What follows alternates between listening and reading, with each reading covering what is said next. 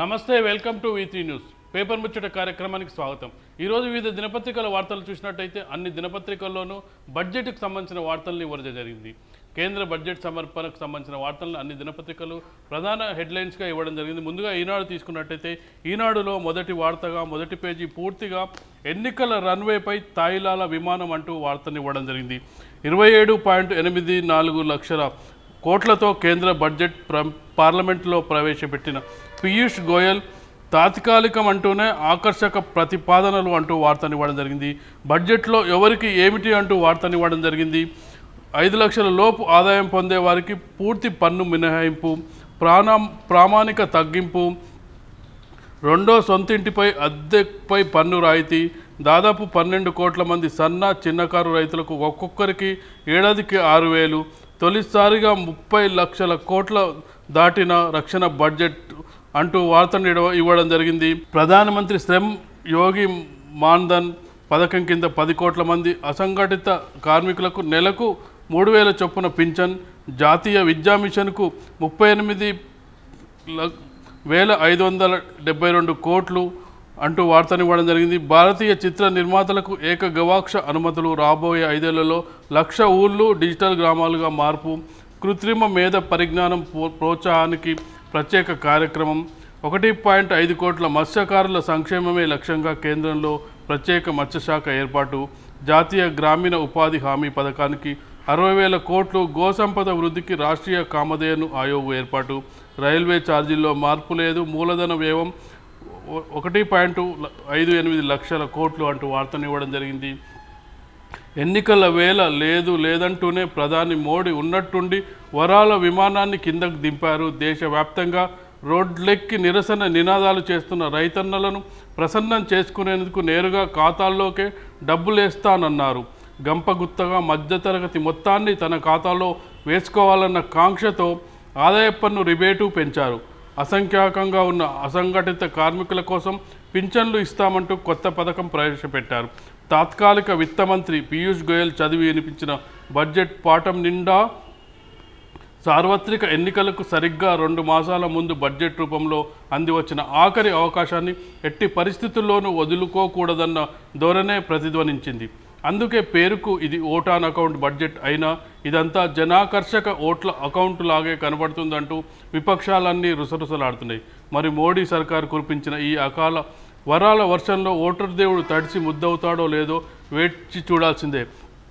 బడ్జెట్పై ప్రధాని మోడీ స్పందన చూసినట్టయితే 12 కోట్ల మంది రైతులు, 3 కోట్ల మంది మధ్యతరగతి కుటుంబాలు, 30 నుంచి 40 కోట్ల మంది అసంఘటిత రంగ కార్మికులు ఈ బడ్జెట్తో లాభం పొందబోతున్నారు। ఈ బడ్జెట్లో అన్ని రంగాలపైన మేము చేసిన ప్రతిపాదనలు దేశ అభివృద్ధిని వేగవంతం చేయడానికి ఉపయోగపడతాయంటూ ప్రధాని మోడీ స్పందనకు సంబంధించిన వార్తను హైలైట్ చేయడం జరిగింది। అలాగే రాహుల్ గాంధీకి సంబంధించిన స్పందనను కూడా హైలైట్ చేయడం జరిగింది। గత 5 ఏళ్లలో ప్రభుత్వం రైతుల జీవితాలను నాశనం చేసింది, మీ అసమర్థత వలన వారి బతుకులు నాశనం అయ్యాయి, ఇప్పుడు మీరు ప్రకటించిన పథకంలో వారికి అందే సాయం రోజుకు 17 రూపాయలు మాత్రమే, ఇలా ఇప్పుడు మరోసారి వారిని అవమానించారంటూ కాంగ్రెస్ అధ్యక్షుడు రాహుల్ గాంధీ స్పందన ఇవ్వడం జరిగింది। మరోవైపు కేటీఆర్ స్పందన కూడా ఇవ్వడం జరిగింది। మా పథకాన్నే కేంద్ర ప్రభుత్వం అనుకరించింది, రైతులందరూ సాయం పొందే రైతు బంధు వంటి గొప్ప పథకానికి నాంది పలికిన సీఎం కేసీఆర్ నేడు దేశానికే మార్గదర్శకులుగా నిలిచారంటూ కేటీఆర్ స్పందన ఇవ్వడం జరిగింది। మరోవైపు ఎంఐఎం అధినేత ఎంపీ ఓవైసీ స్పందన కూడా ఇవ్వడం జరిగింది। మోడీకి దేశ ప్రధానిగా ఉండాల్సిన ముందు చూపు లేదు, రైతులకు ప్రకటించిన పథకం కేవలం కాపీ కొట్టడమే తప్ప మరొకటి కాదు, దేశం ముందుకు సాగాలంటే కేసీఆర్ లాంటి నాయకులు అవసరం అంటూ వార్తనివ్వడం జరిగింది। తెలంగాణకు నిరాశే బడ్జెట్లో అంటూ వార్తనివ్వడం జరిగింది। ఈనాడులో బయ్యారం ఊసేలేదు, ఎయిమ్స్కు ప్రత్యేక కేటాయింపులు లేవు, జౌలి పార్కును కరుణించలేదు, కేంద్ర సంస్థలకు అరకొర నిధులు అంటూ వార్తనివ్వడం జరిగింది। ఇవి ఈనాడులో మొదటి పేజీలో ప్రధానంగా వచ్చిన వార్తల్ని తీసుకున్నట్టయితే మరొక పత్రికను తీసుకున్నట్టే ఆంధ్రజ్యోతిలో సైతం బడ్జెట్ వార్తలను పూర్తి పేజీలో హైలైట్ చేయడం జరిగింది। మొదటి వార్తగా అతిపెద్ద వార్తగా కోట్ల మాట ఓట్ల వేట అంటూ వార్తనివ్వడం జరిగింది। బడ్జెట్ జనాకర్షకం, షరతులు వర్తిస్తాయి అంటూ వార్తనివ్వడం జరిగింది। 24 లక్షల కోట్లతో ఎన్డీఏ తాత్కాలిక బడ్జెట్, ఎన్నికల వేళ 25 కోట్ల మంది ఓట్లపై గురి ఉపాధి పథకానికి 60,000 కోట్లు అంటూ వార్త ఇవ్వడం జరిగింది. పేరుకు అది తాత్కాలిక బడ్జెట్, కానీ నిజానికి అది ఓట్ల అకౌంట్. పూర్తి స్థాయి బడ్జెట్ కాదన్నారు, కానీ అందులో పన్ను రాయితీలు పథకాలు. పేరుకు ఐటీ రాయితీ 5 లక్షలకు పెంపు, కానీ ఎగువ మధ్య తరగతికి వర్తించదు. వ్యవసాయానికి 6,000 వార్షిక సాయం, కానీ ఎకరానికి కాదు ఒక రైతుకు. అసంఘటిత కార్మికులకు నెలకు 3,000 పెన్షన్, కానీ ప్రభుత్వ కేటాయింపు నామమాత్రమేమంటూ దీనికి సంబంధించిన కొన్ని లోటుపాట్లను కూడా ఇవ్వడం జరిగింది. ఆంధ్రజ్యోతి పత్రిక 3 లక్షలు దాటిన రక్షణ బడ్జెట్, తొలిసారి 1,00,000 కోట్లు దాటిన హోం పద్దు. జీఎస్టీ రాబడిలో 14% రాష్ట్రాలకే. సినీ నిర్మాతలకు సింగిల్ విండో క్లియరెన్స్. గోవులకు రక్షణ కామధేను పథకం. గోకుల్ మిషన్ 750 కోట్లు కేటాయింపు. ప్రత్యక్ష పన్నుల ఆదాయం 4 ఏళ్లలో రెట్టింపు. 12 లక్షల కోట్లకు చేరిక అంటూ వార్తను ఇవ్వడం జరిగింది. సంప్రదాయం ప్రకారం ప్రధాన పన్ను ప్రతిపాదనలు సాధారణ బడ్జెట్లోనే పేర్కొనాలి. అయితే ఈ వేతన జీవులు, పెన్షనర్లు రిఫండ్ గొడవ లేకుండా ఆర్థిక సంవత్సరం ఆరంభంలోనే పన్నుల గురించి స్పష్టత రావాలని కోరుకుంటున్నారు. వారి పన్ను ప్రతిపాదనలు సాధారణ బడ్జెట్ కోసం ఆపడం సరికాదు. అందుకే 2019-20 ఆర్థిక సంవత్సరానికి ప్రస్తుత పన్ను రేట్లే యథాతథంగా కొనసాగిస్తూ కొన్ని వర్గాలకు విడిగా రాయితీలు ప్రకటిస్తున్న మిగిలిన వారికి గురించి జూలై బడ్జెట్లో ఆర్థిక మంత్రి చెప్తారంటూ పీయూష్ గోయల్ వార్తకు సంబంధించిన వార్తను ఇవ్వడం జరిగింది. ఇక్కడ హైలైట్స్ ఇవ్వడం జరిగింది. 5 ఏళ్ల మోడీ పాలనపై గోయల్ ప్రగతి నివేదిక అంటూ, 10 ఏళ్ల భారత భవిష్యత్తుపై 10 లక్ష్యాలతో విజన్ 2030 అంటూ వార్తను ఇవ్వడం జరిగింది. చిన్న రైతుకు 6,000 మోడీ పెట్టుబడి సాయం. ఇది 5 ఎకరాల లోపు రైతులకే వర్తింపు. అరెకరం ఉన్న 5 ఎకరాలు ఉన్న 6,000 అంటూ వార్తను ఇవ్వడం జరిగింది. ఈ ఏడాది నుంచి అమలు జరుగుతుందనే వార్తను ఇవ్వడం జరిగింది. భారం 75,000 కోట్లు, లబ్ధిదారులు 12 కోట్ల మంది. మరొక వార్తగా అసంఘటిత కార్మికులకు 3,000 పెన్షన్, 60 సంవత్సరాలు దాటిన వారికి నెలవారీ పెన్షన్, కార్మికులు నెలకు 100 రూపాయలు చెల్లించాలి. భారం 500 కోట్లు, లబ్ధిదారులు 10 కోట్ల నుంచి మంది అంటూ వార్తను ఇవ్వడం జరిగింది. 5 లక్షల వరకు ఐటీ పడదు. పన్ను పడే ఆదాయం 5 లక్షలు దాటితే లబ్ధి లేదు. స్లాబులన్నీ యథాతథం. ఉద్యోగుల ఊసూరు ప్రామాణికంగా తగ్గింపు మరో 10,000తో సరి అంటూ వార్తను ఇవ్వడం జరిగింది. ఆంధ్రజ్యోతిలోనే మరో వార్తగా మా రైతు బంధును నకల్ కొట్టారు అంటూ కేటీఆర్ స్పందన ఇవ్వడం జరిగింది. ఇవి ఆంధ్రజ్యోతిలో ప్రధానంగా ఈరోజు మొదటి పేజీలో వచ్చిన వార్తల్ని తీసుకున్నట్టయితే, మరో పత్రికను తీసుకున్నట్టయితే సాక్షిలో బడ్జెట్కి సంబంధించిన కొన్ని ఆసక్తికరమైన అంశాలను ప్రచురించడం జరిగింది. మోడీ సర్కారు సమర్పించిన ఎలక్షన్ సినిమా అంటూ నెగిటివ్ వార్తను ప్రచురించడం జరిగింది. నమో ఓటరు, ఏడాది బడ్జెట్ పెట్టిన 3 నెలల సర్కార్, 3 నెలల్లో ఎన్నికలు ఉన్న తరుణంలో పూర్తి స్థాయి బడ్జెట్ పెట్టిరంటూ ఒక వార్తా కథనాన్ని సాక్షి ప్రచురించడం జరిగింది. దుస్సంప్రదాయానికి తెరదీసిన కేంద్రం అంటూ వార్తనివ్వడం జరిగింది. ఇదో విచిత్రమైన కొత్త సంప్రదాయం. బడ్జెట్ తేదీలనే కాదు, తీరును మార్చేసింది నరేంద్ర మోడీ ప్రభుత్వం. 4.5 ఏళ్లుగా ప్రవేశపెట్టడానికి ఇష్టపడని డ్రీమ్ బడ్జెట్ను మరో 3 నెలల్లో పదవీ కాలం ముగుస్తుందనగా ముందుకు తెచ్చింది. ఎన్నికలే లక్ష్యంగా, 25 కోట్ల మంది ఓటర్లే లక్ష్యంగా సమ్మోనాస్త్రాలు సంధించింది. 12 కోట్ల మంది రైతులకు నేరుగా ఖాతాల్లో డబ్బులు వేయటమే కాదు, 3 కోట్ల మంది మధ్యతరగతి ఉద్యోగుల జేబులను నింపుతుంది. మరో 10 కోట్ల మంది అసంఘటిత కార్మికుల పింఛన్ వల విసిరింది. నిజం చెప్పాలంటే తీవ్రమైన నిరాశ, నిస్పృహల్లో ఉన్న రైతాంగానికి ఎంత చేసినా తక్కువే. కాకుంటే ఎన్నికలు ఏప్రిల్లో ఉండగా మార్చిలో ఖాతాల్లోకి డబ్బులు వేస్తాం మనమే హర్షించడానికి మనస్కరించని విషయం. 3 నెలల ఓటాన్ అకౌంటును ప్రవేశపెట్టే సంప్రదాయానికి గండి కొట్టేసి పూర్తి సంవత్సరానికి బడ్జెట్ పెట్టడం అనేది ప్రజాస్వామ్య బద్దమని మాత్రం చెప్పలేం. కార్మికుల పింఛన్, పన్ను రాయితీలు అన్నీ హర్షించదగ్గవే. కాకుంటే వీటిని గడిచిన 5 బడ్జెట్లలో ఎప్పుడు తెచ్చినా మరింత హర్షం వ్యక్తమయ్యేదే అంటూ వార్తను ఇవ్వడం జరిగింది. పూర్తిస్థాయి బడ్జెట్టు ప్రవేశపెట్టారు, ఇది 3 నెలల సర్కారు అంటూ సాక్షి ప్రత్యేకంగా కథనాన్ని ఇవ్వడం జరిగింది. మరొక వార్త ఇందులోనే మిడిల్ క్లాస్ మోడీ అంటూ వార్తను ఇవ్వడం జరిగింది. 5 లక్షల లోపు ఆదాయం ఉంటే పన్ను లేదు. స్టాండర్డ్ డిడక్షన్ 40,000 నుంచి 50,000కు పెంపు. మినహాయింపులతో కలిపితే 9 లక్షల వరకు పన్ను జీరో. మధ్యతరగతి వేతన జీవులపై కేంద్రం ఎన్నికల వరాలు అంటూ వార్తను ఇవ్వడం జరిగింది. ఇవి మొదటి పేజీలో సాక్షికి సంబంధించిన మొదటి పేజీ వార్తలను తీసుకున్నట్టయితే, మరొక పత్రికను తీసుకున్నట్టయితే ఆంధ్రప్రభలో మోడీ రైతు బాణం, రొక్కం 6,000, 12 కోట్ల మంది రైతులకు వరం, ప్రధానమంత్రి కిసాన్ సమ్మాన్ నిధి అంటూ వార్తను ఇవ్వడం జరిగింది. ఎన్నికల ఏరువాక అంటూ వార్తను ఇవ్వడం జరిగింది. ఇది ట్రైలరే, ఇది అందరి ఆకాంక్షలను ప్రతిబింబం. ఉద్యోగులతో సహా మధ్యతరగతి వారందరికీ ఊరటనిచ్చే బడ్జెట్, 40 కోట్ల మంది అసంఘటిత కార్మికులకు ఆశాకిరణం ఈ బడ్జెట్ అంటూ ప్రధానమంత్రికి సంబంధించిన వార్తను ఇవ్వడం జరిగింది. దాని వెంటనే రాహుల్ గాంధీ స్పందన కూడా ఇవ్వడం జరిగింది. అవ్వ రైతుకి అవమానం, 17 రూపాయలు అన్నదాతకు రోజుకు ఇస్తారా, ఇది రోజు కూలియా, రాహుల్ ఆగ్రహం అంటూ వార్తను ఇవ్వడం జరిగింది. మరొక వార్త, కేటీఆర్ పథకానికి కాపీ, రైతు బంధుకు సాటి లేదు అంటూ కేటీఆర్కు సంబంధించిన వార్తను ఇవ్వడం జరిగింది. ఇవి ఆంధ్రప్రభలో మొదటి పేజీలో బడ్జెట్కు సంబంధించిన వార్తలు. రాష్ట్ర రైతుకు డబుల్ ధమాకా అంటూ ఒక ప్రత్యేక కథనాన్ని ఇవ్వడం జరిగింది.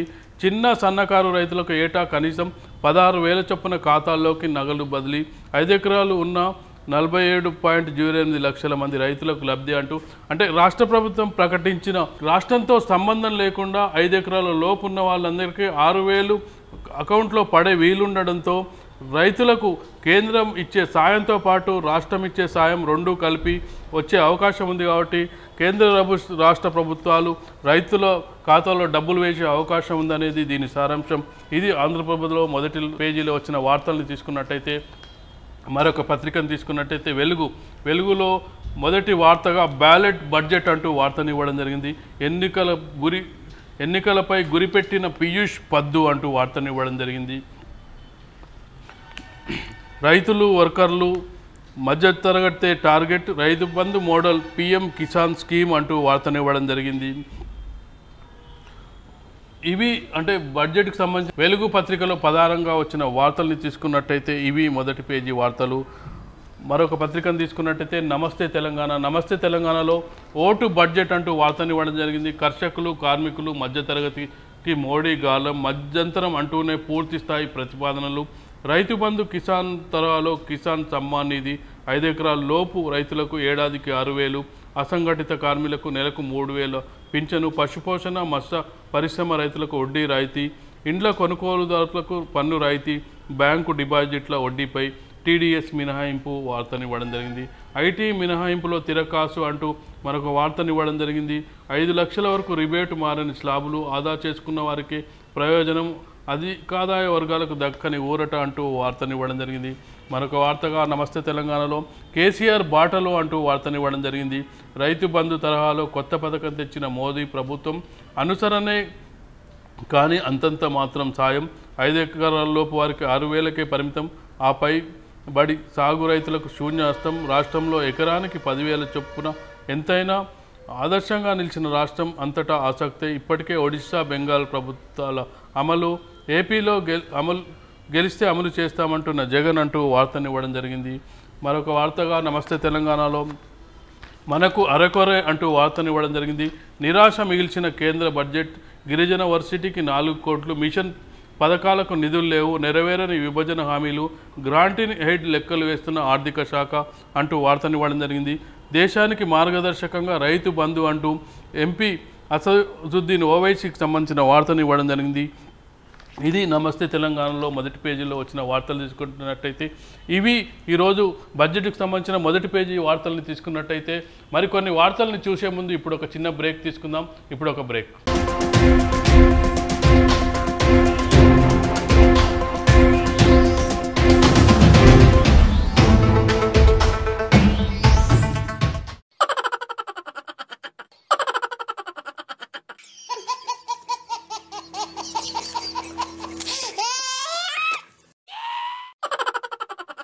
గిలిగిలిగా త్వరలో మీ V3 న్యూస్ ఛానల్లో.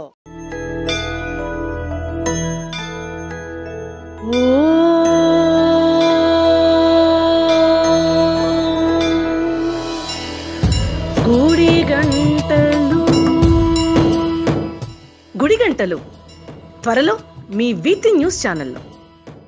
నేను మా తమ్ముడు రాజుగాడు రచ్చబండ ముచ్చట్లల్లా మన V3 న్యూస్ ఛానల్ జల్దీనే వస్తున్నాం, జర చూడుండ్రి. రచ్చబండ ముచ్చట్లు మీ V3 న్యూస్ ఛానల్లో త్వరలో.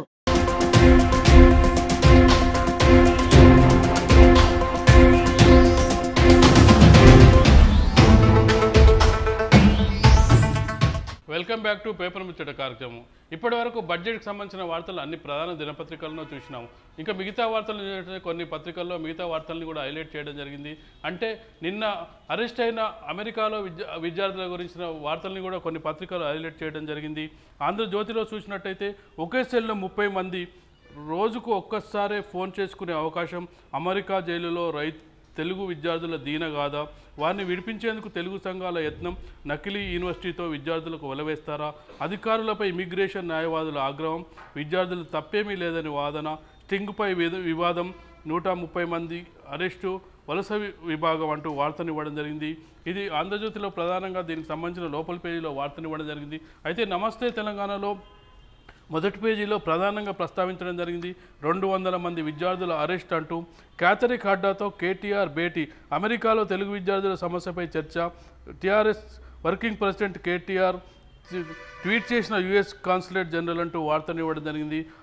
అమెరికాలో జరుగుతున్న పరిణామాలపై తెలంగాణ గవర్నమెంట్ కూడా సీరియస్ తీసుకున్నట్టుగా కనిపిస్తుంది.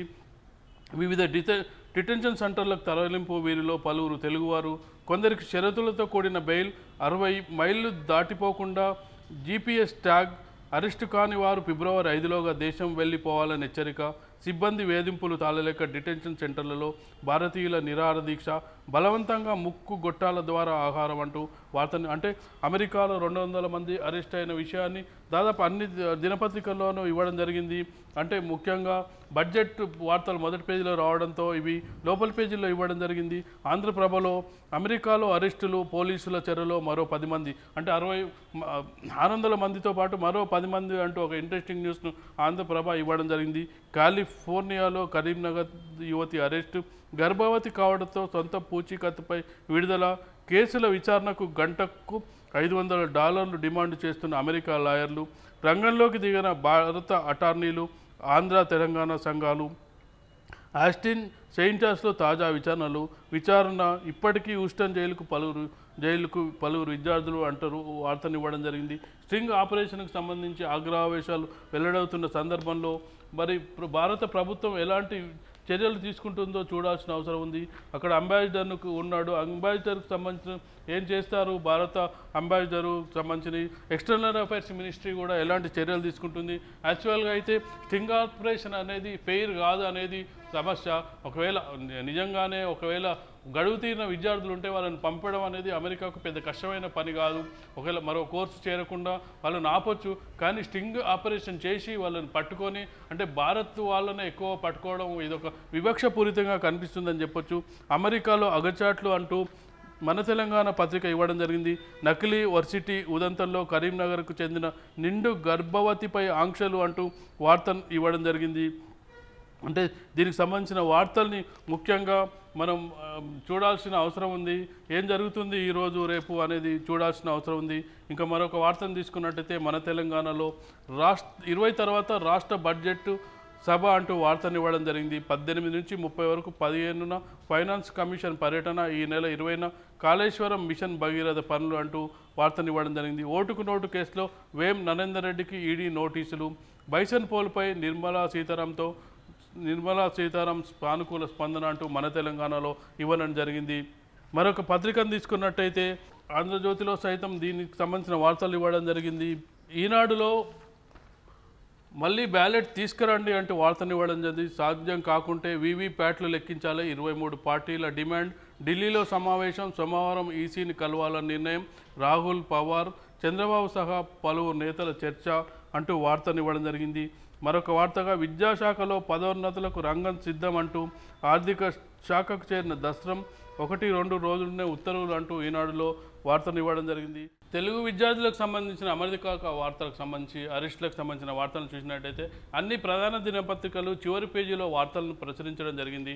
బడ్జెట్ కారణంగా అన్ని పత్రికల్లోకి ఈ వార్త చివరి పేజీకి వెళ్ళడం జరిగింది. ఈనాడులో చూసుకున్నట్టయితే తెలుగు విద్యార్థులను విడిపించాలి, తెలంగాణ ప్రభుత్వ పరంగా సహాయ సహకారాలు అందిస్తాం, యుఎస్ కాన్సులేట్ జనరల్ కేథరిక్ హడ్డాకు కేటీఆర్ వినతి అంటూ వార్తనివ్వడం జరిగింది. ప్రగతి భవన్లో శుక్రవారం కేటీఆర్తో సమావేశమైన యుఎస్ కాన్సులేట్ జనరల్ కేథరిక్ హడ్డా అంటూ వార్తనివ్వడం జరిగింది. ఇది అంటే ముఖ్యంగా తెలంగాణ ప్రభుత్వం నడుం బిగించిందని చెప్పొచ్చు. అమెరికాలో అరెస్ట్ అయిన తెలుగు రాష్ట్రాల విద్యార్థులను విడిపించేందుకు కృషి చేయాలని యుఎస్ కాన్సులేట్ జనరల్ కేథరిక్ హడ్డాను తెరాస కార్యనిర్వాహక అధ్యక్షుడు కేటీఆర్ కోరిన విషయాన్ని ప్రధానంగా ప్రస్తావించడం జరిగింది. ఈనాడులో చివరి పేజీలో. మరో పత్రికను తీసుకున్నట్టయితే మన తెలంగాణలో సైతం అమెరికాలో అగచాట్లు అంటూ చివరి పేజీలో వార్తనివ్వడం జరిగింది. ఈ ముఖ్యంగా అన్ని ప్రధాన పత్రికలు చివరి పేజీలో వార్తనివ్వడం జరిగింది. దీనికి సంబంధించిన వార్తను మనకు వెలుగు పత్రికను తీసుకున్నట్టయితే వెలుగులో విద్యార్థులకు సాయం చేయండి అమెరికా కాన్సులేట్ను కోరిన కేంద్రం కూడా స్పందనకు సంబంధించిన వార్తను వెలుగు దినపత్రిక హైలైట్ చేయడం జరిగింది. అంటే కేంద్రం కోరిక అంటే కేంద్రం దిగితే ఎక్స్టర్నల్ అఫైర్స్ మినిస్ట్రీ వాళ్ళ నుంచి వెళ్తుంది కాబట్టి అమెరికాలో నకిలీ పత్రాలతో అడ్మిషన్లు పొంది అరెస్ట్ అయిన ఇండియన్ స్టూడెంట్స్కు సాయం అందించాల్సిగా అమెరికా కాన్సులేట్ను కోరినట్టు భారత విదేశీ వ్యవహారాల శాఖ తెలిపింది. విద్యార్థులకు బాధితులుగా పరిగణించాలని సూచించినట్లు విదేశీ వ్యవహారాల ప్రతినిధి రవీష్ కుమార్ శుక్రవారం చెప్పారు. భారతీయ విద్యార్థులకు సాయం అందించేందుకు ప్రభుత్వం అధిక ప్రాధాన్యం ఇస్తుందన్నారు. మన వాళ్ళు అరెస్ట్ అయ్యారన్న విషయం తెలిసి వెంటనే వాషింగ్టన్లోని ఇండియన్ మిషన్తో పాటు ఇండియన్ కాన్సులేట్ ఇక్కడ స్టేట్ డిపార్ట్మెంట్కు సంప్రదించి విద్యార్థుల వివరాలు, నిర్బంధించిన ప్రాంతం తదితర సమాచారం ఇవ్వాల్సిందిగా అధికారులను కోరాం. ఈ వ్యవహారంలో మోసాలకు పాల్పడ్డ దళారులను విద్యార్థులను ఒకే కోవలోకి చూడొద్దని కాన్సులేట్ యాక్సెస్ ఇవ్వాలని విజ్ఞప్తి చేశాం. అంటే ప్రభుత్వం కూడా భారత ప్రభుత్వం కూడా ఈ విషయంలో చొరవ తీసుకుంటున్నట్టుగా మనకు కనిపిస్తుంది. భారత ప్రభుత్వం చొరవ తీసుకుంటే విద్యార్థులను వెంటనే విడుదల చేసే అవకాశం ఉంది. సాక్షి కూడా ఈ విషయాన్ని ప్రధానంగా ప్రస్తావించడం జరిగింది. 130 మంది విద్యార్థుల అరెస్ట్ అంటూ వార్తనివ్వడం జరిగింది.